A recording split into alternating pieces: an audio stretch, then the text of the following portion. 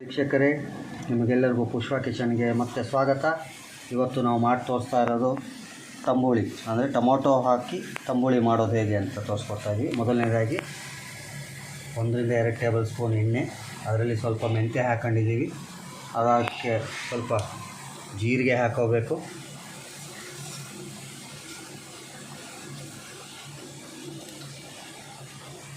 ಇವೆರಡನ್ನು ಸ್ವಲ್ಪ ನಿಧಾನವಾಗಿ ಕೈಯಾಡಿಸಿ ಎಣ್ಣೆಯಲ್ಲಿ ಬೆರೀಲಿ.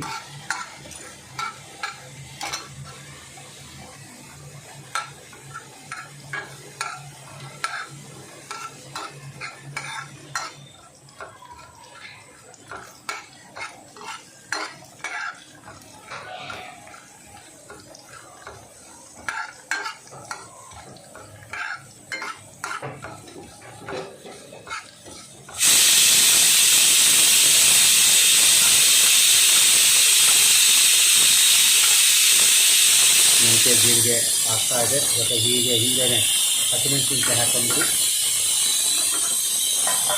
ಹಾಕಿ ಒಂದು 30 ಸೆಕೆಂಡ್ ಕಚ್ಚಾ ಮೆಣಸಿಬಿಡಿ. ಯಾಕಂದರೆ ಹಸಿಮೆಣಸಿನ್ಕಾಯಿ ಎಣ್ಣೆಯಲ್ಲಿ ಸಿಡಿಯೋ ಸಾಧ್ಯತೆ ಜಾಸ್ತಿನೇ ಇರುತ್ತೆ.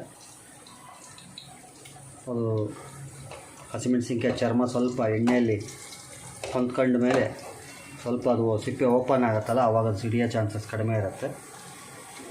ಅದೆಲ್ಲ ಆದ ನಂತರ 3 ರಿಂದ 4 ಟೊಮೊಟೊ ಹೆಚ್ಚಿಟ್ಕೊಂಡಿದ್ದೀವಿ.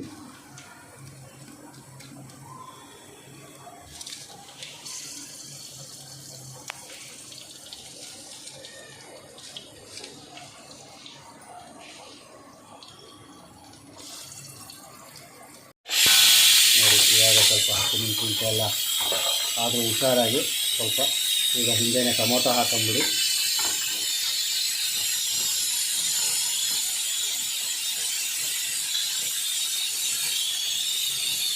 ಟೊಮೊಟೊ ಹಾಕಿದ ನಂತರ ಒಂದು 2 ನಿಮಿಷ ಚೆನ್ನಾಗಿ ಕೈಯಾಡಿಸಿ.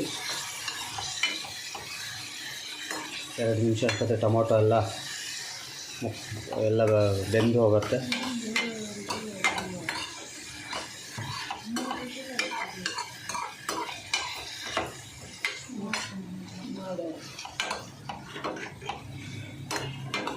ರುಚಿಗೆ ತಕ್ಕಷ್ಟು ಉಪ್ಪು ಹಾಕೋಬೇಕು.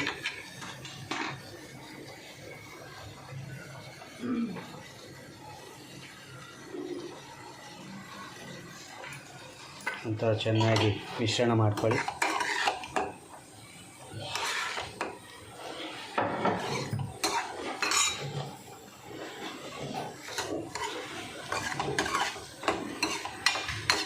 ಬೇಯೋದ್ರಲ್ಲಿ ಮಿಕ್ಸಿಂಗ್ ಎತ್ತಿಟ್ಕೊಳ್ಳಿ. ಮಿಕ್ಸರ್ ಮಾಡ್ಕೋಬೇಕು. ಮಿಕ್ಸಿ ಮಾಡ್ಕೊಂಡು ನಂತರ ಇದಕ್ಕೆ ಮೊಸರನ್ನ ಮಿಶ್ರಣ ಮಾಡಬೇಕು. ಈಗ ಸ್ವಲ್ಪ ಇದಕ್ಕೆ ಬ್ಯಾಡಗಿ ಮೆಣಸಿನ್ಕಾಯಿ ಪೌಡ್ರನ್ನ ಹಾಕೋಬೇಕು.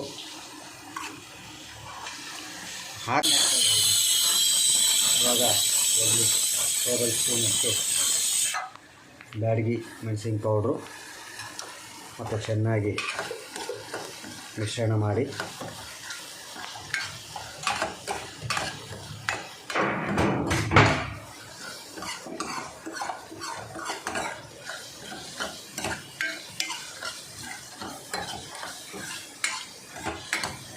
ಟೊಮೊಟೊ ಕೂಡ ಚೆನ್ನಾಗಿ ಬೇಯ್ತಾ ಇದೆ.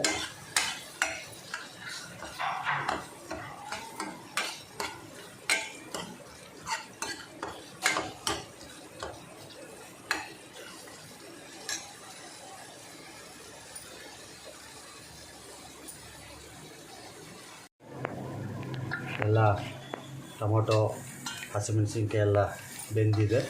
ಇವಾಗ ಇದನ್ನು ಗ್ಯಾಸ್ ಸ್ಟವ್ ಆಫ್ ಮಾಡ್ಕೊಳ್ಳಿ. ಒಂದು 2 ನಿಮಿಷ ಸ್ವಲ್ಪ ತಣ್ಣಗಾದ್ಮೇಲೆ ಮಿಕ್ಸಿ ಮಾಡ್ಕೋಬೇಕು.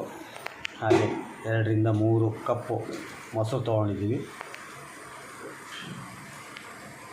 ಟೊಮೊಟೊ ಹಸಿಮೆಣಸಿನ್ಕಾಯಿ ಎಲ್ಲ ರುಬ್ಬಿದಾದ ನಂತರ ಈ ಮೊಸರಿನಲ್ಲಿ ಮಿಶ್ರಣ ಮಾಡಿ ಇದಕ್ಕೊಂದು ಒಗ್ಗರಣೆ ಕೊಡಬೇಕು. ಒಗ್ಗರಣೆ ಕೊಟ್ಟಾದರೆ ಟೊಮೊಟೊ ತಂಬುಳಿ ರೆಡಿ ಆಗುತ್ತೆ. ವೀಕ್ಷಕರೇ, ಇವಾಗ ಟೊಮೊಟೊ ಹಣ್ಣು ಹಸಿಮೆಣಸಿನ್ಕಾಯಿ ಎಲ್ಲ ರುಬ್ಕೊಂಡಿರೋದು ಇವಾಗ ಈ ಮೊಸರಿನಲ್ಲಿ ಮಿಶ್ರಣ ಮಾಡ್ತೀವಿ. ಅಷ್ಟರಲ್ಲಿ ಒಗ್ಗರಣೆ ಮಾಡ್ಕೋಬೇಕು. ಒಂದು ಸ್ವಲ್ಪ ಸಾಸಿವೆ, ಜೀರಿಗೆ, ರುಚಿಗೆ ತಕ್ಕಷ್ಟು ಇಂಗು,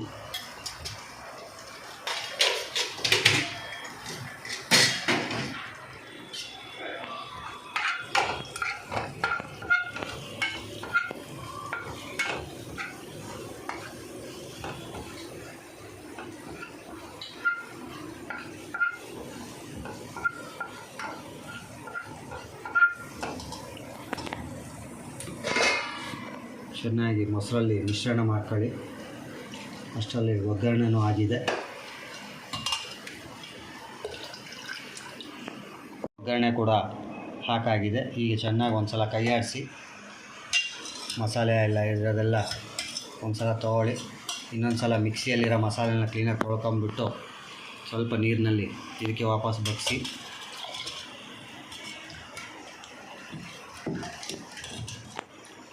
ಚೆನ್ನಾಗಿ ಕಲಸಾಗಿದೆ.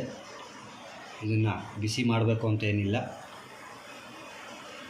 ಅನ್ನದ ಜೊತೆಗೆ ಇದನ್ನು ಕೂಡ ಸಾರು ಥರನೇ, ಆದರೆ ಇದು ಟೊಮೊಟೊ ತಂಬುಳಿ. ಎಲ್ಲರಿಗೂ ಇಷ್ಟ ಆಗಿದ್ದರೆ ಲೈಕ್ ಮಾಡಿ, ಸಬ್ಸ್ಕ್ರೈಬ್ ಮಾಡಿ. ಥ್ಯಾಂಕ್ಸ್.